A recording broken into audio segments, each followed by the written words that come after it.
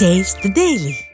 விழுப்புரம் மாவட்டம் மேல்பாதி கிராமத்தில் பட்டியலின தூய்மை பணியாளர்களை திமுக ஊராட்சி மன்ற தலைவர் வெறும் கைகளால் மலம் அள்ள வைத்த கொடூரம் அரங்கேறி அதிர்ச்சியை ஏற்படுத்தியுள்ளது. மேல்பாதி கோவில் விவகாரத்தில் இரு சமூகத்தினருக்கிடையே முரண்பாடு ஏற்பட்ட நிலையில் இதன் நீட்சியாக திமுகவை சேர்ந்த ஊராட்சி மன்ற தலைவர் மணிவேல் சாதி வெறியுடன் முனியம்மாள் உள்ளிட்ட பட்டியலின தூய்மை பணியாளர்களை வெறும் கைகளால் மலம் அள்ள வைத்ததாக தெரிய வருகிறது. இதுகுறித்து முனியம்மாள் புகார் அளித்திருக்கும் நிலையில் இதனை மூடி மறைக்க விடிய அரசின் ஏவல் துறை புகாரை வாபஸ் பெறச் சொல்லி மிரட்டியதாகவும் கூறப்படுகிறது. திமுக சமூக நீதி கட்சி என மார்தட்டிக் கொள்ளும் ஸ்டாலினின் முகத்திரையை அவரது கட்சியைச் சேர்ந்த ஊராட்சி மன்ற தலைவரே கிழித்து எறிந்துள்ளதன் மூலம் ஸ்டாலினின் ஆட்சி சமூக அநீதியின் சாட்சி என்பது மீண்டும் நிரூபணமாகியுள்ளது.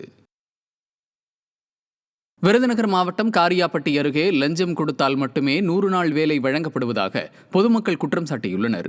ஆவியூர் கிராமத்தில் 100 நாள் வேலை திட்டத்தில் பணி செய்வதற்காக ஒவ்வொருவரிடமும் தலா 200 ரூபாய் வசூலிக்கப்படுவதாக புகார் எழுந்திருக்கிறது. 200 ரூபாய் கொடுத்தால் மட்டுமே பணி வழங்கப்படும் எனவும், இல்லை என்றால் வேலை கிடையாது எனவும் பணிதள பொறுப்பாளர்கள் கூறுவதாக பொதுமக்கள் குற்றம் சாட்டுகின்றனர். 200 ரூபாயை வாங்கிக் கொண்டு மாதத்தில் 5 நாட்கள் மட்டுமே பணி வழங்குவதாக தெரிவித்திருக்கும் அப்பகுதி மக்கள் விடியா ஸ்டாலின் மாடல் ஆட்சியில் எங்கும் ஊழல் தலைவிரித்தாடுவதாக குற்றம் சாட்டியுள்ளனர். குலாவரி 360 ரூபா வாங்குறாங்க. அங்க கம்மாளை போனா இது 200 ரூபா கொண்டாந்தாத்தே அந்த வாரம் வேலை இல்லாட்டி வேலை இல்லை. நீங்க எங்க போய் சொன்னாலும் சொல்லிக்கங்க. நீங்க வேலைக்கு போயிருக்கீங்களா? போன வாரம் 100 ரூபா வாங்கினாங்க. அதுக்கு பின்னாடி போனவங்ககிட்ட 200 ரூபா வாங்கிட்டேன்.